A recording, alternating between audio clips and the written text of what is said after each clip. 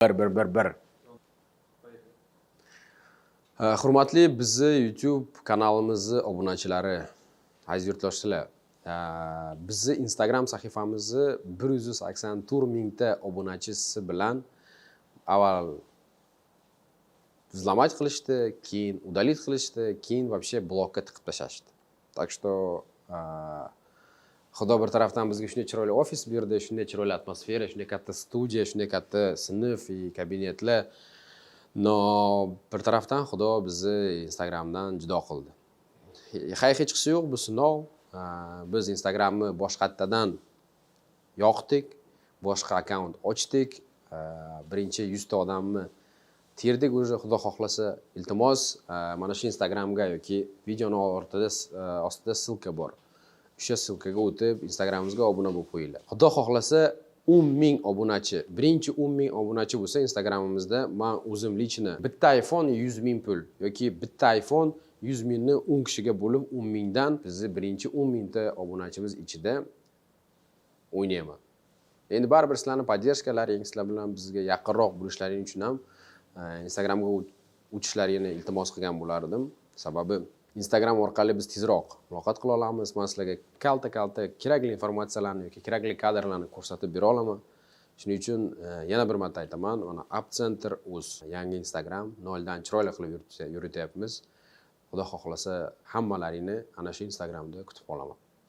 Спасибо за поддержку. Мы для вас стараемся. Каждая ваша поддержка мы ощущаем.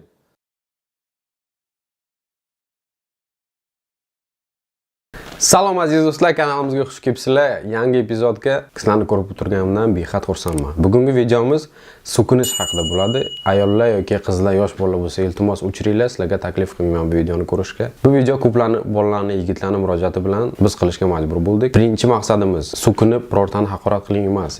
Albatta tushuning nima haqida gap ketayotganini. Sizga agar biror kim shunday murojaat qilsa, rus tilida so'kinib, shu nima haqida gap ketayotganligini tushunish maqsadida biz sizga videoni olib chiqamiz.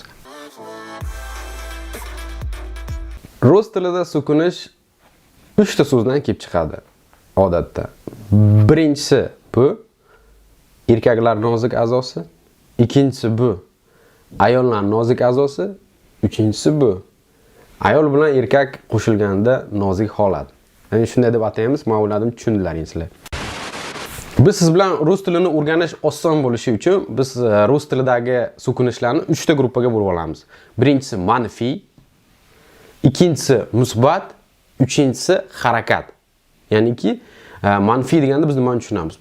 Yomon holatlar, yomon настроение, rus tilida aytilsak, yomon ko'ngil holat bo'ladi. Shunday holatlar manfiy. Bu mana bu Хуёво. bu Пиздец. bu Ебать. mana shu 3 ta so'z. Bular qanday holatlarni bildiradi? Biror narsani tushirib yuborsangiz, biror narsani sindirsangiz, biror aytgan ishning chappasini qilsangiz, biror narsani tuzat desa, siz uni tuzatish o'rniga sindirib qo'ysangiz, sizga shunaqa tonda yoki shunaqa so'zlar bilan murojaat qilish mumkin. Bu narsada hech nima yaxshi joyi yo'q. Iloji boricha bu so'zni eshitganingizda harakat qiling biror narsani to'g'rilashga yoki bu so'zni ishlatmaslikka harakat qiling. Ikkinchisi musbat, ya'niki yaxshi holatlar. Ko'ngli to'lib, hayron qolgan paytda ishlatiladigan so'zlar. Bu Охуеть. Охуенно. Пиздата. Заебата. Хуя себе. Заебок. bular hayron qolgan holatda. Men mashina oldim desa, "O, deysiz-ku, молодец, zo'r-ku, qanday qilibsan mashina oldik." Kutilmagan holatda ishlatilgan gaplar, kutilmagan holatda sizga kelgan yangilikka shunday o'zingizga qabul qilasiz, shunda ishlatiladigan so'z. Bular yaxshi so'zlar, bular prosta hech nima yomon joyi yo'q. Ular faqat uni so'kinib o'zdan chiqarishadi, ya'ni so'kinib выражать qilishadi bu fikr. Shuning uchun bu so'zlarni ishlatishingiz mumkin, faqat akkuratni. Uchinchisi bu harakatni bildiradigan, ya'niki biror bu gapni eshitganingizdan keyin biror holatni bajarishingiz kerak. Bu ish berish to'g'risida ham kelishi mumkin yoki birorta narsani qilib qo'ysangiz, sizga savol tarzida "Shunday qildingmi? Nimaga unday qilding?" degan ma'noda ham kelishi mumkin. Tushunayapsiz? Birinchisi Хуярь. bu degan so'zning ma'nosi ishla, qattiq ishla, tushunishingga qo'yib zichlab ishla degan ma'noda. Tushunayapsiz? Ikkinchisi Пиздуй. bu degani bu yerdan ket o'rtoq. do'stim bor javob sanga yoki bu so'zi sinonimi иди отсюда degan ma'noda. Keyingisi Спиздил? agar o'zbekchaga tarjima qilsak bu so'zi sen oldingmi? Muloyim qilibdi yoki sen o'g'irladingmi? Keyingisi Чё пиздишь? bu so'z asosan yolg'on gapirgan kishiga nisbatan ishlatiladi. Agar biror kim aldasangiz, u sizni aldayotganingizni bilsa, shu so'zni aytadi asosan. Aldayapsan. Aldamagin degan ma'noda.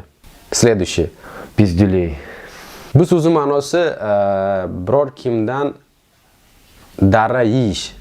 Biror kasay qilib qo'ysangiz ishxonada yoki universitetda sizga aytishadi, darra yeysan. Ya'niki shu narsani olasan. Darra yemoq, darra olmoq degan ma'noda bildiradi bu so'z. Следующий. Пизданулся, бля.